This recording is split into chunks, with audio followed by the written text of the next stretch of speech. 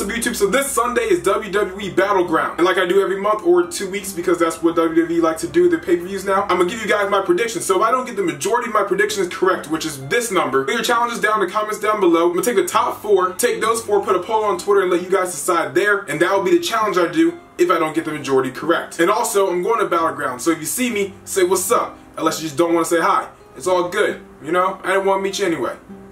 Mark. So first off, in the kickoff match, we have Ty Dillinger taking on Aiden English. I don't really care either. Ty Dillinger wins. First up on the main card, Sami Zayn's taking on Mike Kanellis. As much as I love Sami Zayn, like Sami Zayn is like my guy. He's like the most likable human being on planet Earth. I don't see him winning this at all. I know Mike just beat Sami Zayn on SmackDown, so that would mean Sami Zayn beats him at Battleground. If they're trying to build up a new star, you probably want to have him beat Sami Zayn again. It only would have been a second match on television. I mean, you kind of want to give it to him. And maybe the SmackDown after they have a big blow-off match, but Maria will probably get involved again, costing Sami Zayn the match. Shinsuke Nakamura is taking on Baron Corbin. Are you awake?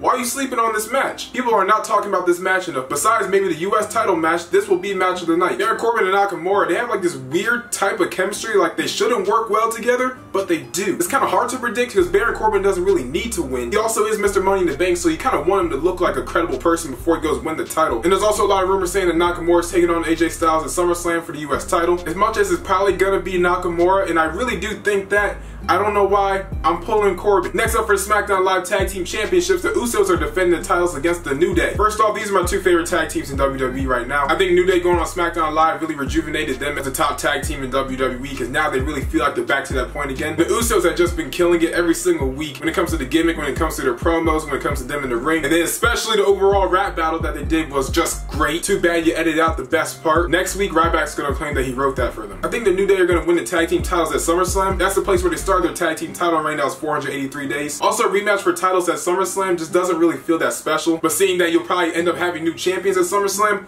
that feels better. I don't know how they're going to win, but I know Xavier Woods is going to take the pin. Always Xavier Woods. He always takes the fall. I don't know why. Dude's very underrated. He spends all his time on the microphone, but you really don't get to see him in the ring. He's very good. But that's besides the point. The Usos are going to win. Next up is a fatal 5-way elimination match to determine Naomi's #1 contender for her SmackDown Live Women's Championship at SummerSlam. I know it's a fatal 5-way, but everyone's really just looking at Charlotte versus Becky, which is the reason why neither of them are winning. My top 2 picks to actually win this match is Becky Lynch or Tamina. Remember what I said about Corbin and Nakamura? Yeah, can you stop sleeping on Tamina? She's very underrated. She's very good. I can honestly see a Naomi versus Tamina match at SummerSlam. All the WWE does is talk about the 4 horsewomen. Becky did this, Charlotte did that, Bayley did that, Sasha did this. They need to talk about more than just those 4. A women's revolution is not only 4 people. There's more people involved. That's why I think it's going to be Tamina. And also there's a good story because of Lana being involved, and Tamina can turn on Lana, and Tamina goes after Naomi. But if it's not her, it's going to be Becky Lynch. Charlotte and Naomi is probably the best marquee match. A women's face versus face at SummerSlam, something you haven't really seen that often. I can't think of the last one. I'm gonna go ahead and say in advance, whoever wins this match is not winning at SummerSlam. I see WWE actually wanting to give Naomi a real match that should really solidify as a real title defense. She won the title at WrestleMania after beating like 5 of their women that are doing nothing but spots. She beat Charlotte by disqualification, and then she beat Lana a couple times because Lana's brand new and sucks. If anyone can give Naomi a really good match, yes Charlotte, yes Natalya, but Becky Lynch. The stories there could be a good competitive competition. It's not really heel versus face kind of thing. All I know is it's gonna be Tamina or Becky. I'm gonna say Tamina,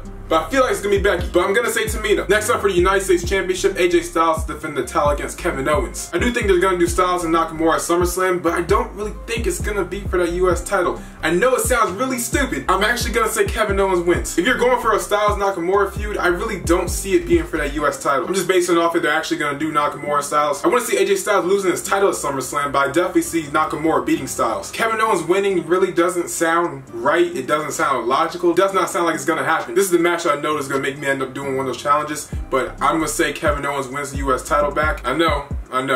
It's a really bad prediction. You know what? Gotta throw a couple curveballs in there. So I don't think it's gonna happen. But Kevin Owens wins. Next up, my boy Rusev. Rusev taking on John Cena in a flag match. So the only way you can win this match is that you have to go get your flag from off the pole, and then you have to take it up to the start of the ramp and then put it in this little hold flag holder thingy. We're in Philadelphia. Declaration of Independence was signed there. The Liberty Bell's there. The Rocky Steps. That's all America. And that's why the Bulgarian wins. What has more heel heat than the Bulgarian beating the American in freaking Philadelphia? Come on. I don't think Vince even likes Rusev that much to even do that, but I'm throwing curveballs at you guys, you know? I'm pulling for the guy that you aren't thinking is gonna win. I know my heart of hearts is gonna be John Cena, but it's Rusev. I can't say no. Can't say no to Ruru, man. I'm gonna end up doing one of these challenges. I know that for a fact. This match is gonna be uber brutal. Finish for Cena to win that actually would be kind of cool. So Cena's about to put the flag in the flag holder, right? Rusev puts him the accolade. Cena's holding on to the flag, but he's slowly fading away. As Cena fades away, he drops the flag. Everyone's like, no, America! Hot dogs and white women. I don't know. In the last couple seconds, John Cena wakes up. He grabs the flag. He's like, America! He ends up holding on to Rusev with one hand, because I don't know why he would actually try to hold on to Rusev, considering that you just want to put the flag in the thing.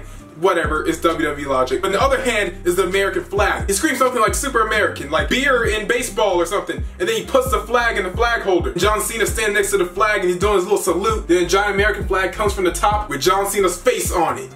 And that's what we call the new face of America. I'm sorry, Kevin. Rusev's gonna win. So everything I just said doesn't matter.